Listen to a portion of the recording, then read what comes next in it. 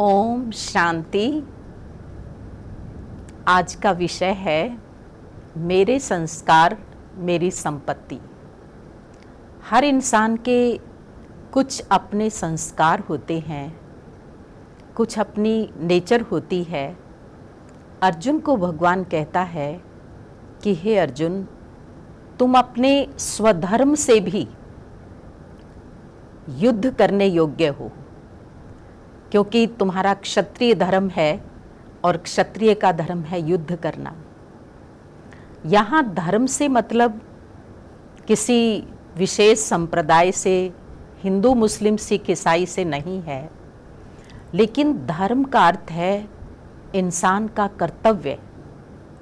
भगवान अर्जुन को अपना कर्तव्य याद दिलाते हैं। हर व्यक्ति का भी अपना एक धर्म है। अगर कोई शिक्षक है तो उसका धर्म है कि वो अपने विद्यार्थियों की उन्नति के लिए, उनके विद्या अध्ययन में वो अपनी पूरी शक्ति लगा दे, पूरे दिल से, प्यार से वो अपने विद्यार्थियों को शिक्षा दे। ये उसका धर्म है। अगर कोई स्टूडेंट है तो उसका धर्म है कि वो अपनी स्टडी के टाइम पूरी अपनी शक्तियाँ, मन बुद्धि की पूरी एकाग्रता अपनी पढ़ाई में करे। उस समय उसका यही धर्म है। अगर कोई डॉक्टर है तो उसका ये धर्म है कि वो अपने जो रोगी हैं, जो उसके पेशेंट हैं, उनकी पूरी दिल से, श्रद्धा से और अपनी पूरी क्षमताओं को प्रयोग करते हुए उनका इलाज करे। अगर कोई गृहस्थी है तो उसे अपने गृहस्थ धर्म का पालन करना है।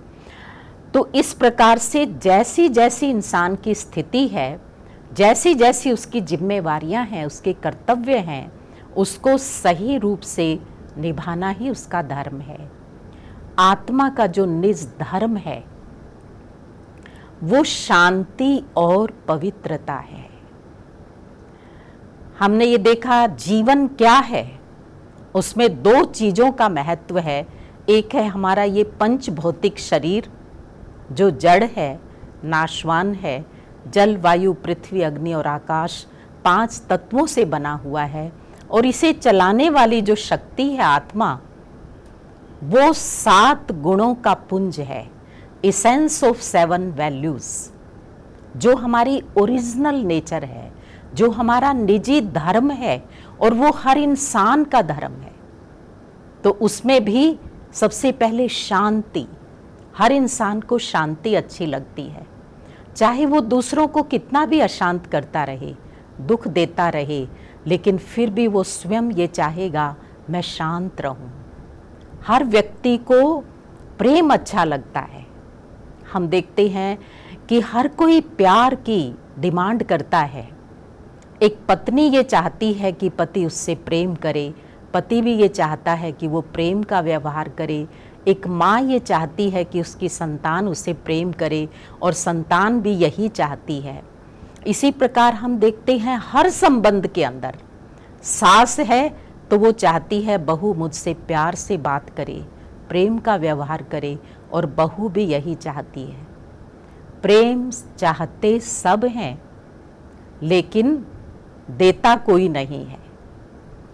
क्यों नहीं देता है? कि अंदर जो आत्मा का जो ओरिजिनल नेचर है प्रेम, उसके कारण हम चाहना तो करते हैं, इच्छा तो रखते हैं, लेकिन दे नहीं पाते, क्योंकि वो प्रेम का स्रोत विकारों के वश में होकर, दे अभिमान के वश में होकर धीरे धीरे वो प्रेम, शांति, सुख आत्मा का खत्म हो गया है।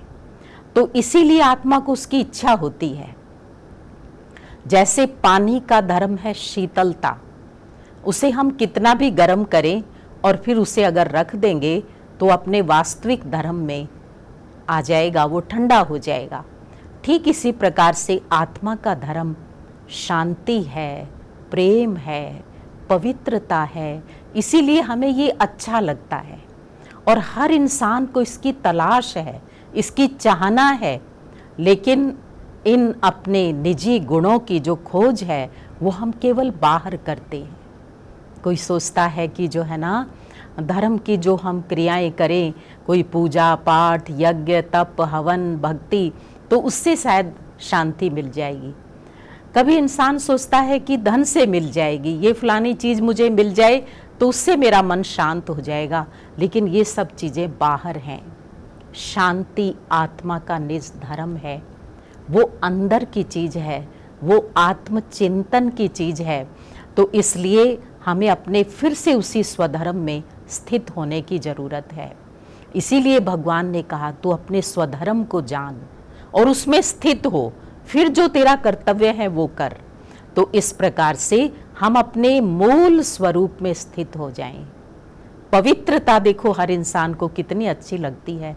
एक छोटा सा बच्चा जो बिल्कुल भोला भाला है, इनोसेंट है, वो माँ की गोदी में होता है, वो रोड पर भी जा रही है तो देख करके मुस्कुराता है, सबका ध्यान आकर्षित कर लेता है, क्योंकि वो पवित्र है, उसके अंदर तेरा मेरा का भाव नहीं है।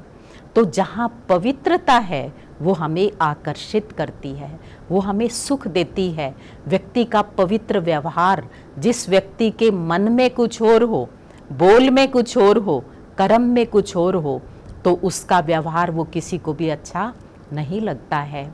जो अंदर बाहर से साफ दिल है वो सबको प्रिय होता है।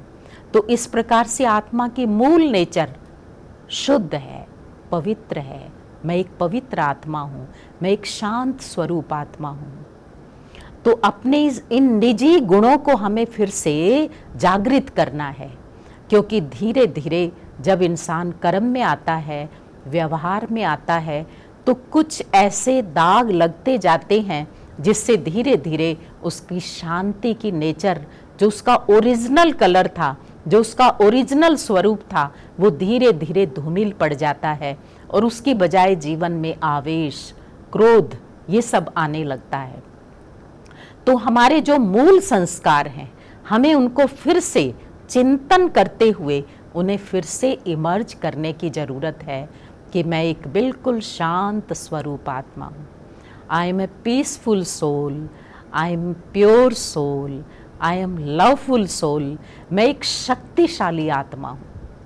आज इंसान की वो शक्ति जैसे मर्ज हो गई है, इसीलिए छोटे से कार्य में भी वो विचलित हो जाता है।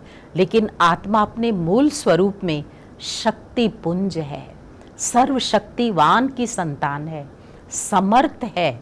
हमें मन के अंदर ये संकल्प फिर से इमर्ज करने की ज़रूरत है। इसी प्रकार से आत्मा आनंद स्वरूप है, इसलिए आनंद की तलाश में रहती है आत्मा, उसकी खोज में रहता है हर इंसान। साधु सन्यासी घर बार को छोड़कर जंगलों में चले जाते हैं, गुफाओं में बैठ कर के तप करते हैं, उस शांति की खोज में, उस आनंद की खोज में। लेकिन वो बाहर खोजने की चीज़ नहीं है, उसके लिए हमें अपने भीतर जाने की ज़रूरत है, खुद से बात करने की ज़रूरत है कि मैं इस पंच भौतिक शरीर में एक शांत, शुद्ध, दिव्य सितारा हूँ, एक डिवाइन लाइट हूँ, और मेरा मूल स्वरूप बहुत शुद्ध है, पवित्र है। इस संसार में देह रूपी वस्त्र को पहनकर जब हम कर्म करते हैं तो देह अभिमान होने के कारण धीरे धीरे विकार पैदा होते हैं, और हमारी जो ओरिजिनल, जो हमारा धर्म है, जो स्वरूप है, उसके ऊपर कई लेयर्स चढ़नी शुरू हो जाती हैं। जैसे कोई चीज़ बहुत पवित्र हो, उसके ऊपर मिट्टी की लेयर्स चढ़ती जाएं तो उसका मूल स्वरूप दब जाता है। ठीक इसी प्रकार से मेरी आत्मा का जो मूल स्वरूप है, जो मेरी इनेट क्वालिटी है, जो मेरा आंतरिक स्वरूप है, जो मेरा सत्य स्वरूप है, वो बिल्कुल शांत है, पवित्र है, शुद्ध है। उसके ऊपर विकारों की लेयर्स जमती गई और धीरे धीरे सुख, शांति, आनंद, प्रेम की अनुभूति जीवन से खत्म हो गई। और फिर आत्मा ने उन अपने निजी गुणों को ढूंढना शुरू किया भौतिक चीज़ों में।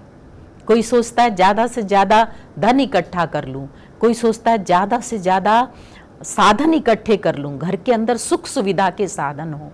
वो सारी चीज़ें टेम्परेरी खुशी दे सकती हैं, लेकिन जो सच्ची खुशी है, स्थायी खुशी है, उसके लिए मुझे अपने वास्तविक स्वरूप में स्थित होने की जरूरत है।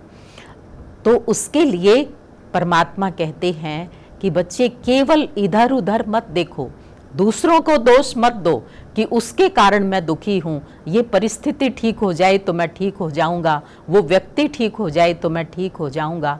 लेकिन हमें खुद पे ध्यान देना है, अपने चिंतन को ठीक करना है, अपने सत्य स्वरूप को पहचानना है, अपने अंदर की ओर जाना है। तो शांति बाहर खोजने की चीज़ नहीं है। इसीलिए कहा जाता है ना कि एक रानी का हार जब गुम हो गया तो उसने हार को सब जगह ढूंढ लिया, कहीं नहीं मिला, बड़ी अशांत थी। लेकिन बाद में किसी ने याद दिलाया कि हार तो तुम्हारे गले में ही पड़ा है। ठीक यही स्थिति आज इंसान की है। शांति रूपी हार, सुख प्रेम आनंद का हार, ये मेरा निजी है, ये तो मेरे अपने गले का हार है, ये तो मेरा स्वधर्म है। केवल उस स्वधर्म को बार बार हमें स्मृति में लाना है, तो सचमुच में हम जीवन को बहुत श्रेष्ठ बना सकते हैं। जब अपने संस्कार अच्छे होंगे तो हम अपने बच्चों को अच्छे संस्कार दे सकेंगे। आप अपने बच्चों को और कुछ भी दो या ना दो, उन्हें संपत्ति गाड़ी कार दो या ना दो, लेकिन अच्छे संस्कारों की पूंजी अवश्य दें। परंतु वो संस्कार तभी दे पाएंगे जब हम अपने निजी संस्कारों को पहचानेंगे, उसमें स्थित होंगे, अपने संस्कारों को फिर से इमर्ज करेंगे। इसीलिए कहा जाता है कि किसी ने कहा कि धूल चेहरे पर थी, जीवन भर एक ही भूल करते रहे कि धूल चेहरे पर थी और आईना साफ करते रहे। इसलिए हमें ज़रूरत है अपने उस दिल दर्पण में, उस दिल के आईने में झांकने की कि मैं वास्तव में कौन हूँ, और उस स्वरूप में स्थित होने की। जब हम अपने आत्मा के धर्म में स्थित हो जाएंगे, अपने कर्तव्य को सही रूप से कर पाएंगे, और तभी जीवन में सच्ची खुशी और शांति भरपूर होगी। ओम शांति।